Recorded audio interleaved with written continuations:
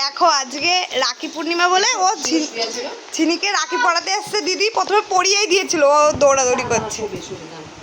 হ্যাঁ এখানে এসে পড়া। রাখি পড়াশো না, পাক্কর দিদি নিয়ে এসছে তোমার জন্য। ওর জন্য একটা আইসক্রিম কিনে নিয়ে এসছে। রাখি পর চলে যাচ্ছে।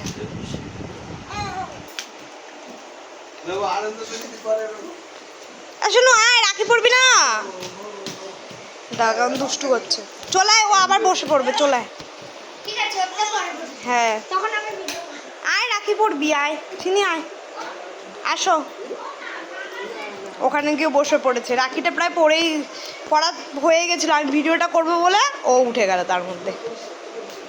ঝিনি রাখি পড়লি না দিদির কাছে? দিদি শখ করে নিয়ে এসছে আইসক্রিম, নিয়ে এসছে আইসক্রিম খেলি। রাখি